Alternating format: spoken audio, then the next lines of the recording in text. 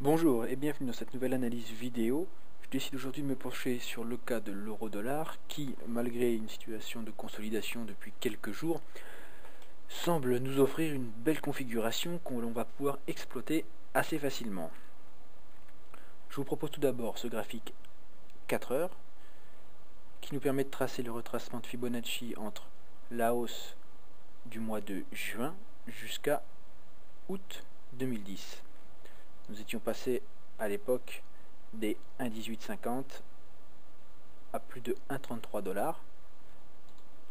Et on constate aujourd'hui que nous avons retracé très exactement 50% de ce mouvement de hausse. Donc la zone comprise entre 38,2 et 50% de retracement est la zone la plus solide des retracements Fibonacci, bien évidemment. Donc on a rebondi déjà une fois sur ce support 50%, on est venu tester la ligne des 38,2 qui est maintenant devenue une résistance. Ce phénomène, ça s'appelle l'overlap. Alors je vais décrire un petit peu plus précisément ce phénomène. On passe en graphique 1 heure. Nous avons effectivement franchi cette ligne des 38,2% ici, après multiples tests. Donc nous avions ici un support qui est ensuite devenu, depuis la semaine dernière, une résistance. C'est ce que l'on appelle un overlap. Reprenons maintenant notre graphique 4 heures. Après cet overlap validé ici sur la ligne des 38,2 de Fibonacci, qui correspond au niveau des 1,2775, on a désormais la paire qui a entamé un nouveau mouvement de baisse aux alentours des 1,27.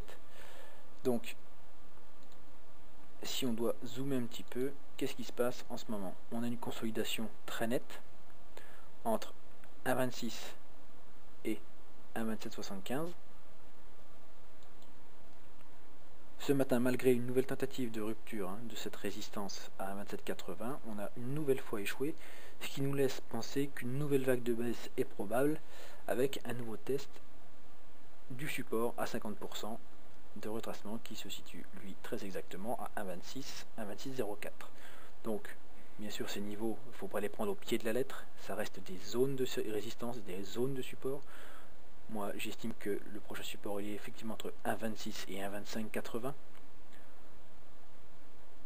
Ici déjà, si on franchit dans l'après-midi cette zone à 1,2680, on aura un bon signal de vente qui nous permettra d'aller chercher un petit peu plus bas pour le reste de la journée.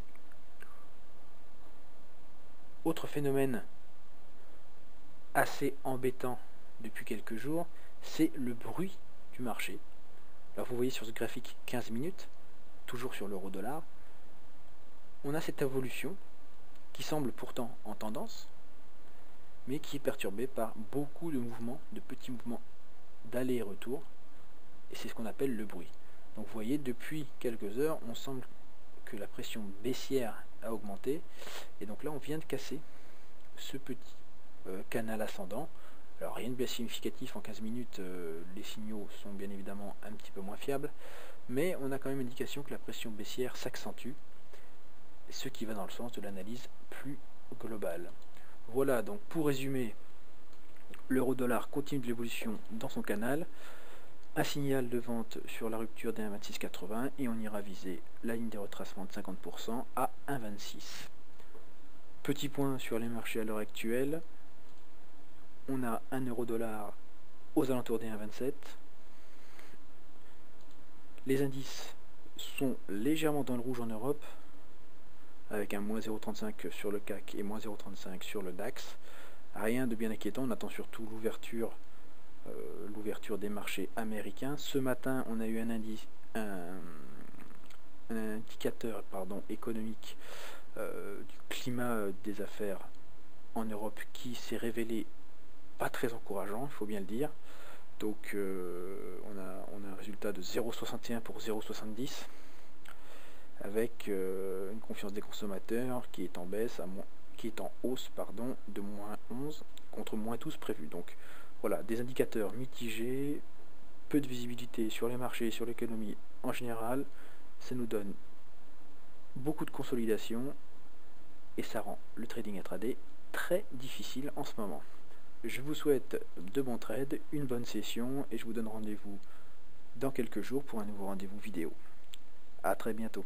Merci.